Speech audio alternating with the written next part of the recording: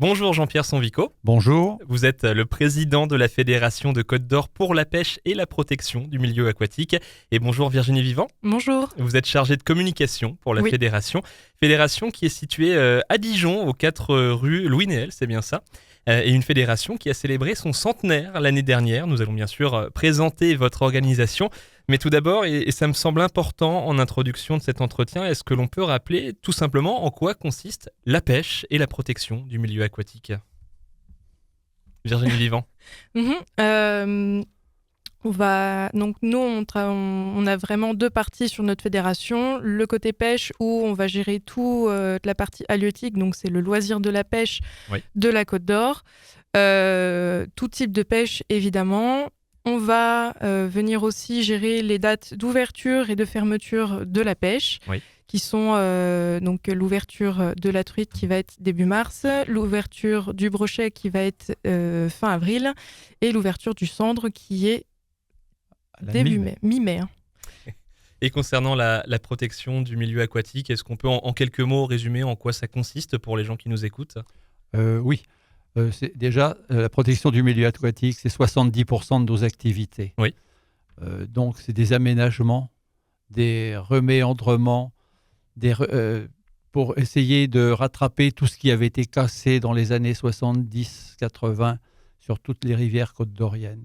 Et sur des aménagements pour améliorer l'utilisation des plans d'eau des rivières, par exemple, comme des descentes de mise à l'eau pour les bateaux, ou des pontons pour personnes à mobilité réduite. Et pour en revenir à votre fédération, la Fédération de Côte d'Or pour la pêche et la protection du milieu aquatique, quel est votre rôle au quotidien ?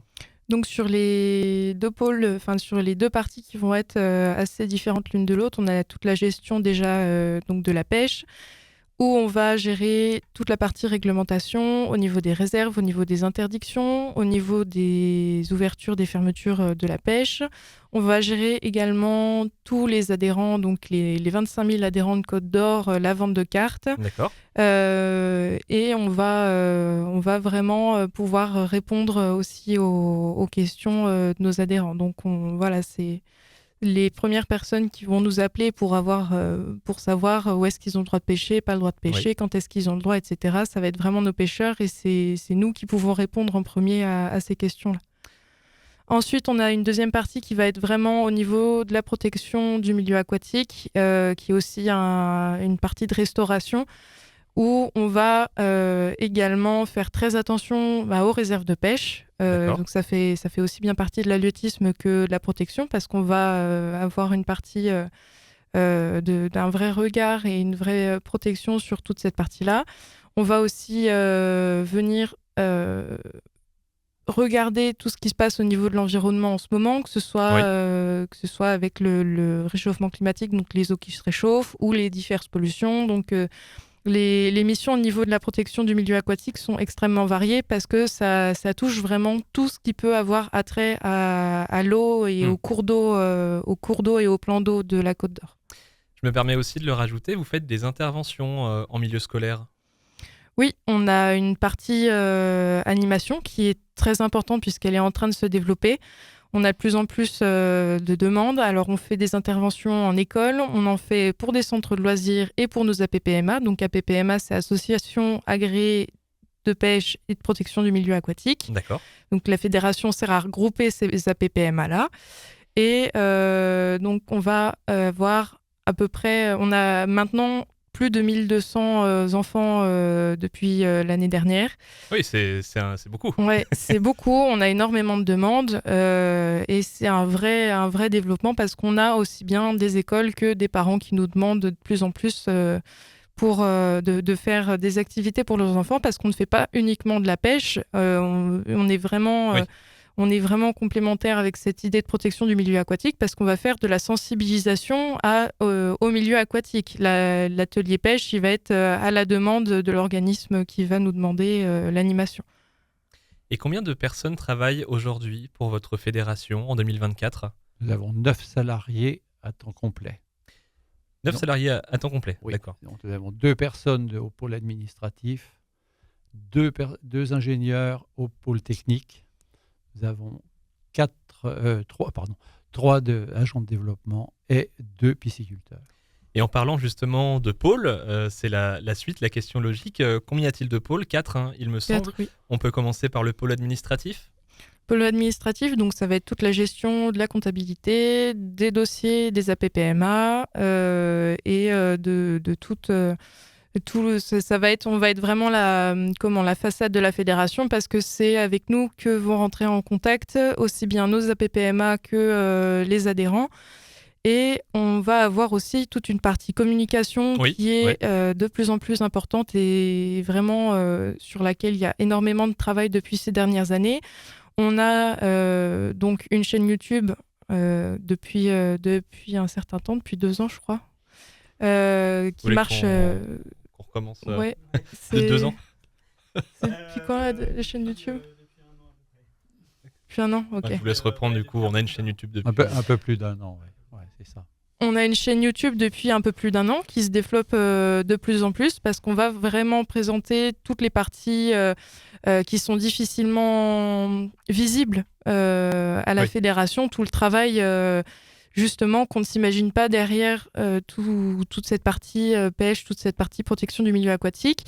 On a également un Facebook sur lequel on fait des posts réguliers.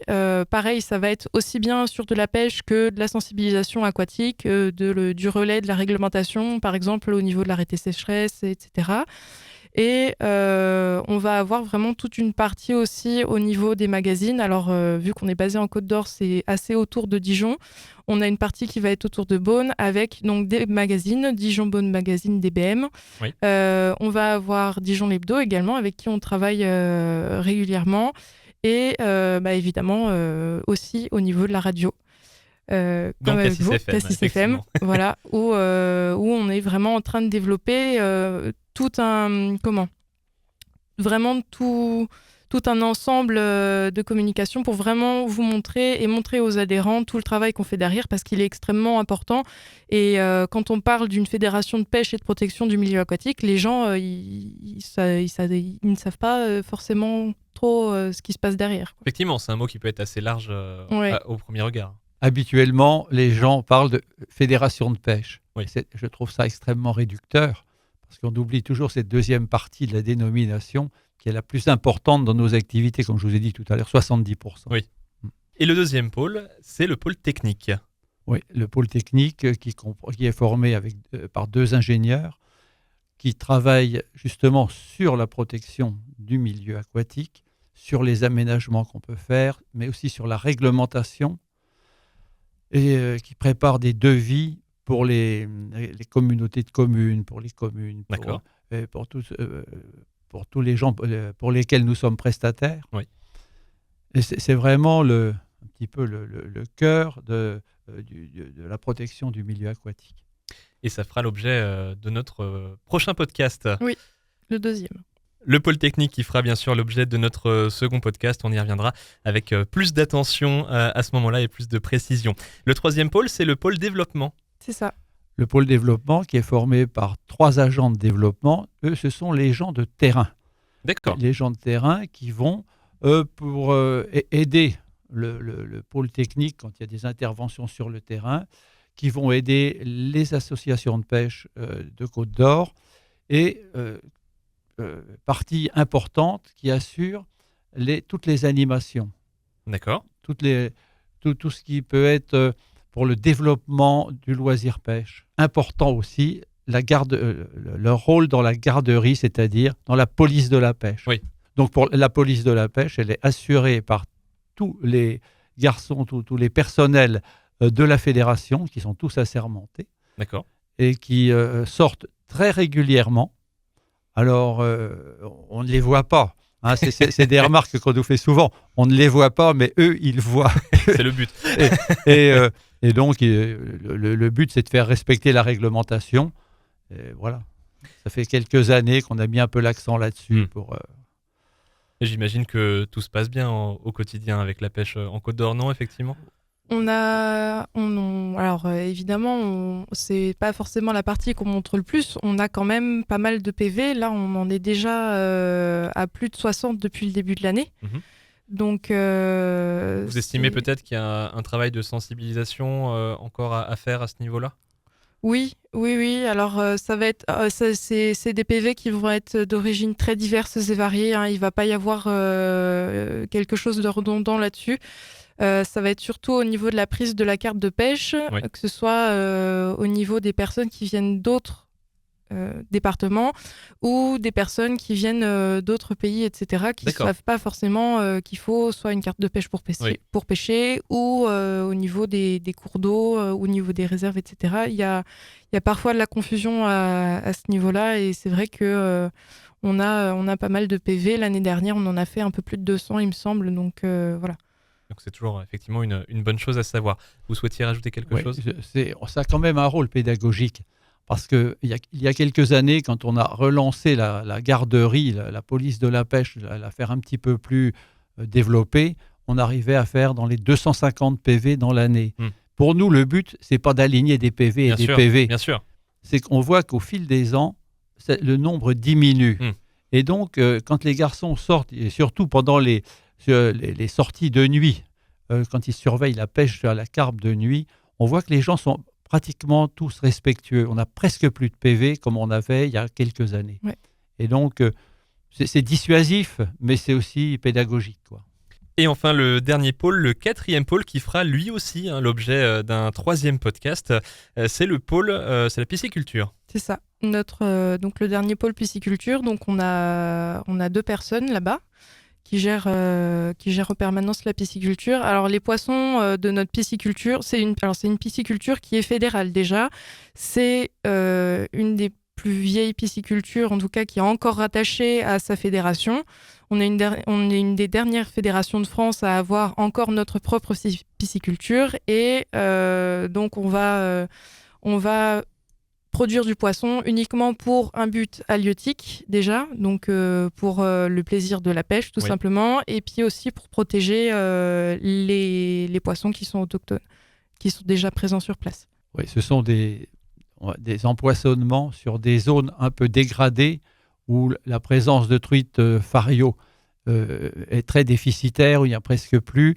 Donc, on réintroduit des truites arc-en-ciel triploïdes, c'est-à-dire des truites qui ne se reproduisent pas. D'accord. Donc, il n'y a pas de risque de mélange génétique avec les espèces autochtones. Et ça permet également d'éviter la pression de pêche sur les espèces sauvages qui souffrent, elles, beaucoup du changement climatique et du réchauffement des eaux et des insectes répétés depuis quelques années. Avant de conclure, Virginie Vivant, vous souhaitiez préciser que la Fédération de pêche, de Côte d'Or de pêche et de protection du milieu aquatique était la deuxième fédération sportive derrière un sport assez populaire finalement, Le très foot, populaire, oui. le foot.